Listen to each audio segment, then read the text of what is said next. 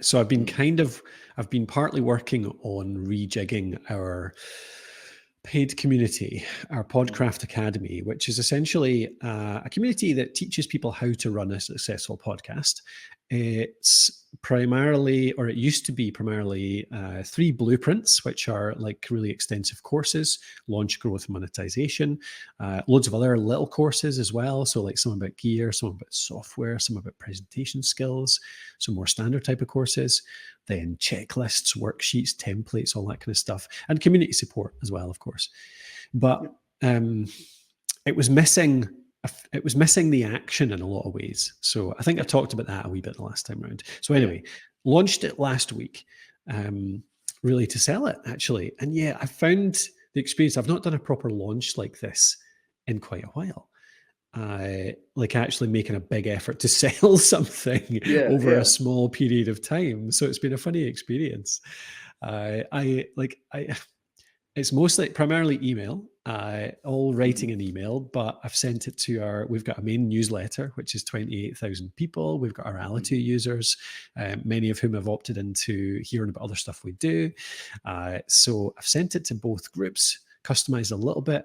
And it was interesting actually just kind of putting it all together and figuring out how to do it. And you had mentioned something to me before, or as I was creating it, around including a bit more engagement as well, like video, and hopefully maybe even doing a live video event or something at the end of it.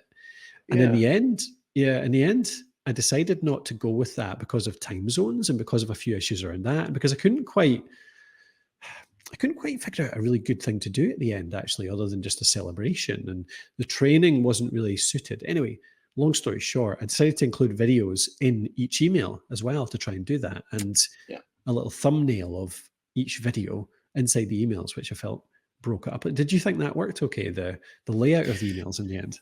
Yeah, I really liked it, because they're not the first one that I sent you a comment about on Slack, that it could have been really, really long. This is the thing with email, and especially when you're selling something, when you're launching something, like there's quite a lot to communicate.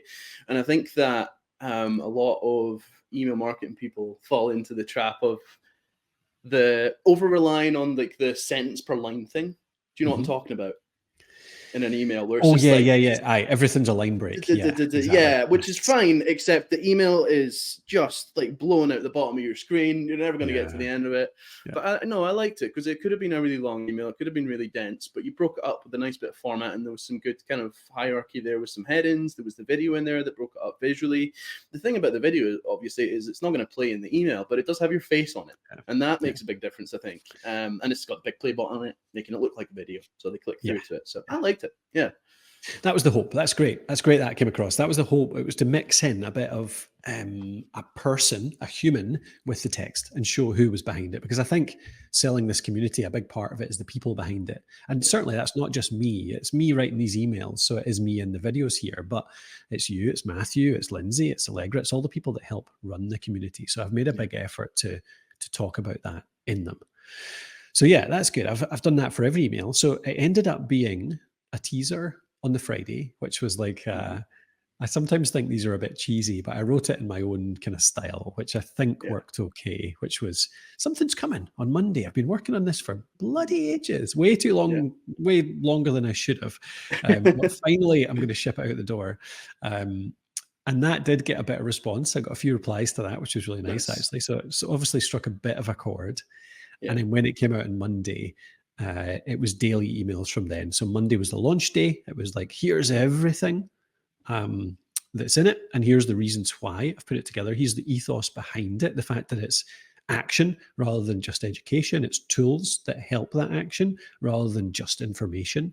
And then the following days, I've had day 2, I described one of the features, which was our accountability tool, and did a video demonstrating that. Day 3, I described one of the new features, which is our 4-minute feedback, because I think that's one of the most valuable things that we've added in as well, and described that. And then day 4, I've gone for FAQs. So today going out will be a set of questions which answer all the standard stuff, and also include a couple of questions I actually got by email as well. Yeah. And then Friday, I haven't decided. Yeah. Yeah. So I'm not sure. I'm not sure what I'm going to do Friday exactly. Well, I was just going to ask, like, this is a lot. This is a big, a big launch. How much prep did you do? Because for me, I would maybe just write them 2 days in advance. Yeah, I had planned to do nearly all of it in advance, and I sketched out the structure of the emails. I sketched out the structure of the campaign way ahead. I got a bit of AI help with that actually. So I used AI to plan out the structure of the emails. Like, so if I want to do a launch, what's a recommended structure? 5 days, 10 days, blah blah blah. It suggested the teaser and then the 5 days, and I was like, okay, that sounds good. Write me out the emails, and so I got past a blank page with that, and I adjusted quite a lot, and I ended up rewriting the actual text of nearly every email by like nearly every word. But it was great actually to have a suggestion for the structure for it. So I did sort of follow a lot of the concepts in each email, like introduction, problem, explanation, blah blah blah. So it was good to have that little outline actually. But I ended up rewriting the whole thing. Do you think you would have ended up in the same place had you started with a blank page? Like, did using the AI to get rid of the blank page and get that structure, like, did that actually change the end result? Because you've done this stuff before. You didn't actually need the AI. No, I don't think so. Yeah, I thought I'd got to something very similar in the end anyway. But it's just, I don't know. I find it really useful in situations like that for the first 10 minutes of a project when you feel quite overwhelmed with something. You're like, oh, right, I've done this before, but it's quite big, right? Where do I start, right? What do I do? What needs to go in the emails? What's the things? And you start writing it out and you cross off some stuff and you add in some stuff and, oh, I forgot that. So it got me past that. And as soon as you have a structure there, you're like, oh, but I don't want that. I want this instead. And you change it. And that's one of the things I find most useful with. It's like somebody to bounce those ideas off that gets you through that overwhelming from 0 to 1 at the very start of any project. So that's how I used it, certainly. Yeah, but the prep question, I had that, and then I started writing emails, and I edited the first 3. So I edited Friday, Monday, Tuesday, and I scheduled them. And then the next day, that was the Friday, I think. That was like the Wednesday, Thursday. And then the Friday, as that teaser email was going out, I recorded the first No, I must have recorded the first 3 videos because I then included the teaser video in just before it went out and popped it into the Monday, Tuesday. So I was ready for the first 2 days. Got you. So I knew when I came out on Monday, I would have to do the Wednesday video and the Wednesday email as well. And from there, that was as much as I can do. I'm a terrible, like, non-prepare too far ahead. Like, I just can't motivate myself to like do the whole thing like that. So I just couldn't do it. I couldn't do all the videos. I moved on to something else. I did some different work instead, just for variety. But in the end, yeah, go on. Oh, you go. Sorry, I was just going to say, did you change any of the emails based on the engagement from the ones that you'd sent? If you were kind of only a couple of emails ahead, like, did anything change as you were doing it? Yeah, that was the thing. That was actually so my lack of prep paid off in the end because yeah, for sure the FAQs one has obviously changed a bit because questions have come in and I've included some of those. And Friday, actually, I'm going to really tailor to the questions, the kind of the concerns, the pushback. That's what you always get when you sell a product. You get people writing in and saying things like, "Oh, but have you got this? Or have you got that? Or why are you doing it this way? I'd like you to do it that way." So there's all these things that you get in terms of customer pushback that you're like, all right, so I can tackle those concerns. And so that's what I'm going to do. That's a job for me later today, is to write that for tomorrow and create the video for it as well. So I like the way I've done it. It could go wrong, as in like fires could start and I might not have time to actually do the thing on Friday, or something could happen. But I mean, if something bad enough happens that I can't do the email on Friday anyway, then we're probably in a bit of trouble in some in other ways. I'm sure Monday will be fine. So that was kind of a rundown of how I put it together. Certainly, yeah. Does that make sense? Yeah, that's really cool. That's really cool. A big job. It's kind of how I approach it as well. I don't like to plan out a full thing like that in advance. I like to change it as I go. Because you will get questions and you will get that bit of feedback. So I approve. This is my way of working. Good. Cool. Yeah. I can share a bit about how it went as well if you're interested. Well, I'll stick some numbers on screen. Yeah, I think Yeah, go for it. So here's the actually maybe another interesting point is the fact that I put it together in a sequence as opposed to broadcasts.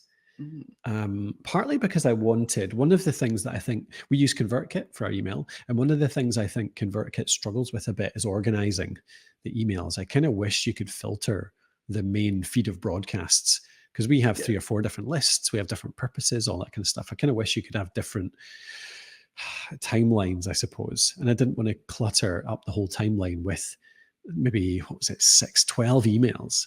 And also I kind of wanted the reports in one place so I can look at the reports in ConvertKit and see actually the stats for every email in the sequence, see how the open rate has gone without having to look at all the other emails that we've sent out this week. I can look at the click rate, and also it's really easy to unsubscribe people from a sequence with an action. So I have a link in every email whereby it's like, if you're not interested in the Academy, click here and you won't get anything more about it. So I like to do that just because it always makes me cringe a bit sending out 6 emails 6 days in a row. So I like to give people an escape hatch. Otherwise, they might just unsubscribe from the whole list. And we have certainly got some unsubscribers from the whole list. But you can see that actually the unsubs from the general ones, so 28,000 sales, we had 70 unsubscribers on Monday, 64 on Tuesday, 40 on Wednesday. So very few people unsubscribing from the whole thing. 132 on the first day. So I suppose the people that were going to be annoyed about it, a lot of them unsubscribed on the first day. But even 132 on 29,000 people, that's not bad. It's not bad, especially when it's a sales thing, you know? Like when you get so tied up in knots about trying to sell something to this list we've built over years and years and years, and well, there's the result, you know? Like what, a fraction of a percent? Absolutely. And open rate of 44% in the first day, which is better than our average. Like our usual is sort of 41, 42, 43. So 44 on that first day was great. Click rate of 1.1, 42 on the second day, 40 on the third day, 36 on the fourth. The fourth day, obviously, it was just last night at 6 p.m. So that'll creep up, hopefully, as more people open it, of course. So the engagement's been really good with it. And I've got through a bunch of questions too. So maybe 15, 20 different people got in touch. And again, off a list of 28,000, that doesn't sound very much, but in my experience, that's actually pretty decent in terms of people actually hitting the reply button and getting in touch. So, and it's a high value thing as well. You know, it's not going to be for everyone. That's it. Yeah, totally. Yeah. So it's selling at, we priced it at, it's an annual thing. So it's priced at $145 per month, $145 a month, which is okay. I mean, I think that's actually really good value for what we're offering, because it's going to be really kind of high value, high contact coaching, the tools we're offering. I think it's great value for what we're offering, but we're selling it as an annual sub because I just really want that commitment in this community. So it's $1,750 in total. So it limits how many people will subscribe. So are you going to make any big final offer in the sequence? The classic final email, this is your last chance. Yeah, so there'll definitely be a bit of that on Friday. There'll be a bit of last chance. It's closing midnight tonight. And the offer we've got is this week only. You get a year free of Alitu. So that's worth $380 extra. You get my Build Your Own Boss course, which is my kind of creator productivity course, which is usually separate. That's worth a few $100s. You get a 30-minute strategy call with one of our team. So me or you or Matthew. That's for the first 20 signups because we literally just couldn't manage it. If somehow this, I mean, it'd be a good problem to have if 500 people signed up, but I kind of wanted to make that a bit more limited just because of the time involved, and our full book library as well. So that's the offer. But are you talking about adding something else, like a new element to it as well? I don't know, possibly. Yeah, that kind of makes sense for me. I don't hate to throw a spanner in the works, right? But you've been telling them about the same offer for a week. What's different on the last day? Like there needs to be if they're already thinking about it, let's say like there's 20 people thinking about buying this, right? Yeah. What changes on the last day? It needs to be like time or something that they've not yet heard of. Like what's going to make them pull the trigger then? Do you know what I mean? Good question. Yeah. So one thing I've been thinking about is I'm building a podcast dashboard at the moment. I don't know if I've talked about this at all yet, actually, but I started putting it together last week. It's something I want to add into the Academy over time, essentially being a Notion dashboard for how you run your podcast. So it'll be like a content management calendar for you, a guest management calendar, templates for editing, that kind of stuff. So basically a dashboard for any new podcaster to come in and use it, and they can draw it into their own Notion, and then they can use that toolkit to run their own podcast and the business around it. And I had considered, I've been playing around with it this week, and I think I could put together a first version of it that I haven't mentioned at all yet. And I think that could be a really big value add. So that might be something that wouldn't be limited. That wouldn't be just for this week, to be fair. But it would be a new thing that would hopefully be a bit exciting, potentially. Yeah, that's cool. Good idea. Yeah, I like it. Yeah. But no, I'll think about it. I'll think about any other kind of offer could add in just for this week only. Okay, but yeah, that's cool. That's the campaign, how it's going so far. So I can update next week on final results. It might be a total flop and no one signs up whatsoever, but we'll see. We'll see. It should be good.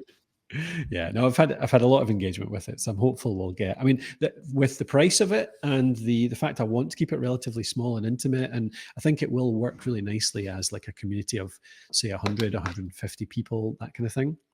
Yeah, it's a good number. All who are really quite serious about growing their podcast. They're probably more like a content business as opposed to just podcasting, because we know how to run a blog, how to run video channels, all that kind of stuff. So we can do the whole thing.